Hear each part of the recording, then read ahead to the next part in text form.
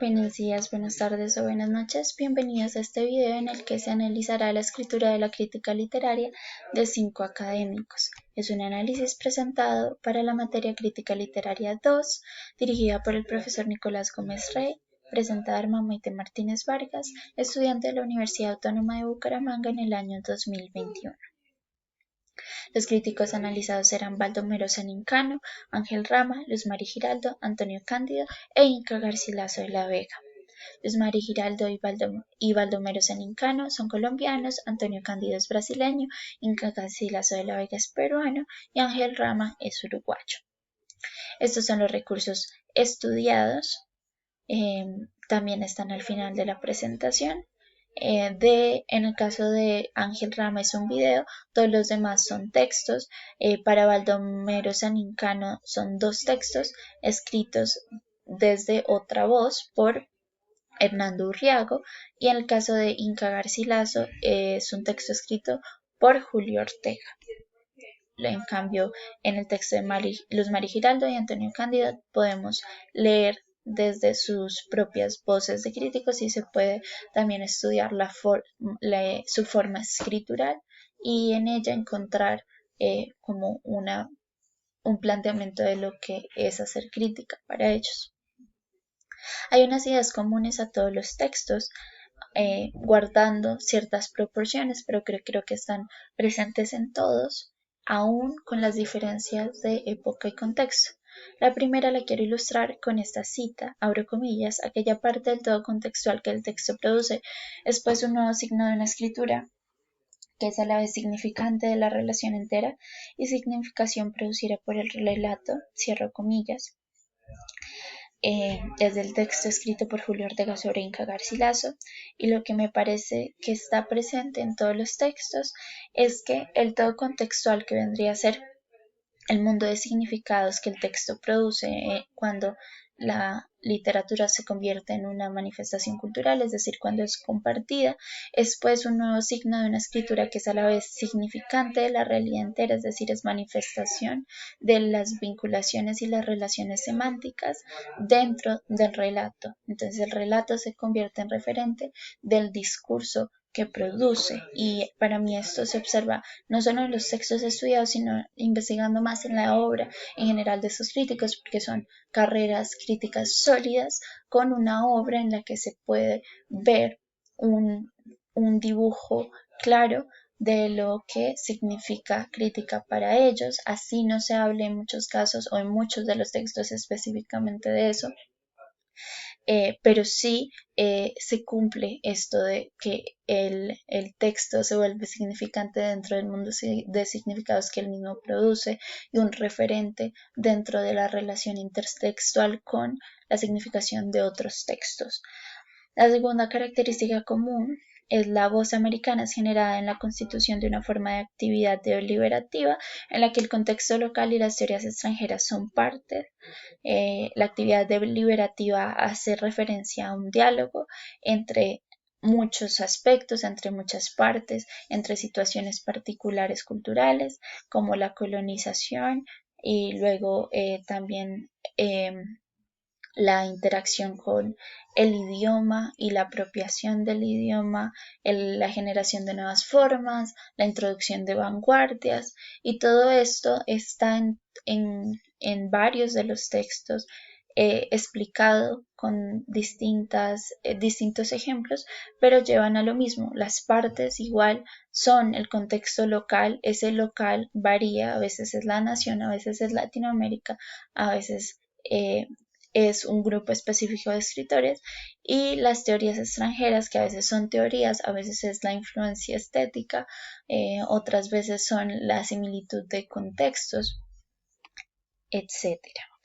La tercera idea común es la valoración estética, y el juicio literario son los pilares para estudiar cualquier obra. En la obra de Mari Giraldo y en la obra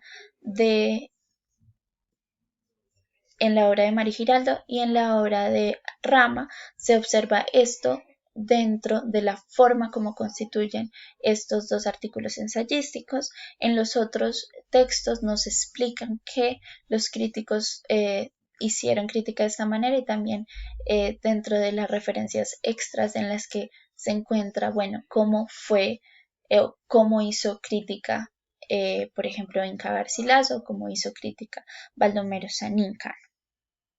La cuarta idea común. Frente al aspecto anterior, ninguno de los textos descuida el contexto teórico, político, económico y social, sobre todo en la literatura latinoamericana, aunque estos aspectos políticos, económicos y sociales no son el punto de partida de observación de la obra, no se ignoran, no es como en el posmodernismo que son el punto de referencia, pero no se ignoran y la conversación surge de manera expansiva hacia ese contexto porque en ningún momento se obvia que Latinoamérica es un continente colonizado, que sigue la identidad en un proceso de constitución y el papel que cumple la literatura como manifestación cultural en todo este movimiento identitario. Movimiento no como un grupo conformado que tiene un objetivo, sino como la suma de sucesos y de procesos dinámicos mediante la cual se produce significado y sobre todo significado potencialmente usado como signo de identidad. La cuarta idea común, los latinoamericanos se manifiestan no solo en el contenido, sino también en la forma. Es allí cuando el discurso latinoamericano se convierte en referente de sí mismo y en potencialmente una manera formulada de teoría. Esto nos lo dice Ortega sobre la obra de Inca Garcilaso, pero a mí me llama sobre todo la atención que da Ángel Rama a Gabriel García Márquez y su forma de escritura como costeño colombiano y cómo ésta se relaciona inevitablemente con las formas de habitar el mundo allí y en un lugar cerca en las Antillas y cómo es allí cuando el discurso latinoamericano puede ser referente de sí mismo, porque no solo está habitando los significados dentro de un texto escrito con formas traídas de afuera, sino que él mismo se sale y expresa y muestra la cara en la forma de escribir, y la forma de escribir igual es la forma de vivir. La quinta idea y última es que la identidad latinoamericana no puede prescindir de la ruptura de la continuidad histórica. Esta ruptura hace referencia a el antes y después de la conquista y sobre todo de la colonia, que vendría a ser este proceso cultural. Y pues la literatura hace parte de la construcción de la identidad latinoamericana y por eso su trazo histórico se puede explorar en la evolución de los movimientos literarios. También hay unas diferencias generales. Eh, Esto divide a los textos y hace que se puedan encontrar las similitudes guardando estas diferencias generales. Para mí es muy interesante encontrar entonces las similitudes a pesar de las diferencias generales porque permite como la identificación de algo que siempre ha prevalecido y es esta búsqueda de la identidad, esta necesidad de hablar de las formas propias, de explorar, esto es válido y valorado también y canónico porque tiene un referente europeo hegemónico o estamos valorando o es mejor valorar desde lo nacional y generado al respecto de un significado local, etcétera. Entonces estas diferencias son la primera época en la que se escribe el texto y las generaciones de escritores que escriben, obviamente, dependiendo de la época, y también de en dónde está el punto de observación en los escritores más famosos dentro de lo comercial, los escritores más aclamados por la crítica académica. Bueno, la segunda es la nacionalidad y la historia del país particular. Esto lo sentí muy importante en el texto de Antonio Cándido porque se centra exclusivamente o casi exclusivamente en Brasil. El tercero es el punto de observación cosmopolita, nacionalista, localista o transcultural. Y el cuarto es la concepción acerca del modernismo. Y la cuarta es la concepción acerca del modernismo. Obviamente teniendo en cuenta que el modernismo sucede luego del siglo XX, bueno, en medio del siglo XX y de ahí para arriba se puede hablar de una época de modernismo y que eso no aplica para el texto de Inca Garcilaso, por ejemplo. También hay unas diferencias particulares entre el texto de Baldomero Sanincano e Inca Garcilaso de la Vega. La diferencia la encuentro en las partes que componen el ejercicio deliberativo que genera el discurso. En el caso de Inca Garcilaso, abro comillas, entre el texto madre, el discurso del Incario, el texto padre, el relato de la conquista, esa persona discursiva incorpora a su escritura la significación de su propio enigma cultural y formaliza ese enigma como un discurso realizado, cierro comillas, mientras que para Baldomero Sanín, abre comillas, el hecho de haber padecido dos nacimientos en el siglo XIX generó en América Latina aquel malestar, pues cómo evitar el traumatismo que implica nacer, buscar la identidad nacional, el regionalismo y tener que morir un poco para volver a nacer hacia afuera, el cosmopolitismo, sabiendo que de todas maneras en la intimidad de los pueblos quedaba por resolver el asunto de la identidad que había sido un problema resuelto por Europa en el Renacimiento,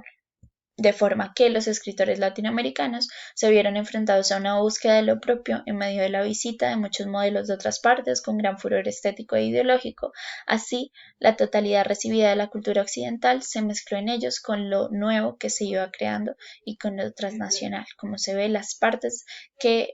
conversan y que convergen en algún momento en el discurso. En el caso del Inca Garcilaso son el discurso uncario y el relato de la conquista. En el caso de Baldomero Sanín son el regionalismo y el cosmopolitismo. Para los textos de Luz Mari Giraldo y Ángel Rama, las diferencias para mí son acerca de la intensidad del posicionamiento respecto a los nuevos autores y de estos nuevos autores específicamente situados frente al cosmopolitismo. Entonces las diferencias son tres de manera ascendente. La manera como abordan la evolución del oficio de escritor y su relación con el cambio de las formas de la información en la era tecnológica, el tono al hablar de los autores nuevos, sus propuestas literarias y lo que dicen de su proceso de exploración literaria y la posición frente al cosmopolitismo. Finalmente, en los textos de Antonio Cándido y aquellos sobre San Incano, el concepto de nacionalismo de Cándido está fijo en el recorrido histórico que ha tenido en su país, es el nacionalismo en Brasil, y al final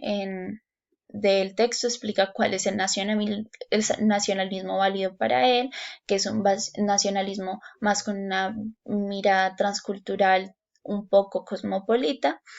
y esa explicación pues es parecida a la definición de nacionalismo que maneja San Incano de acuerdo a lo que nos dice Urriago. Sin embargo, en los textos sobre su crítica habla desde un punto de observación mucho más colectivo, centrándose más que nada en el contexto latinoamericano y en el modernismo al que hizo parte, aun cuando dice que no fue un ensayista modernista, el modernismo como un espacio temporal en el que se vivieron dos rupturas. La primera es el romanticismo desde Europa, luego las vanguardias, y la segunda es la industrialización y la llegada de una pseudomodernización al país como Colombia después de los años 30-40. Les agradezco mucho por haber escuchado este video. Espero que la información haya sido de ayuda y que el análisis haya sido grato. Aquí nuevamente están los recursos utilizados. Que tengan un buen día.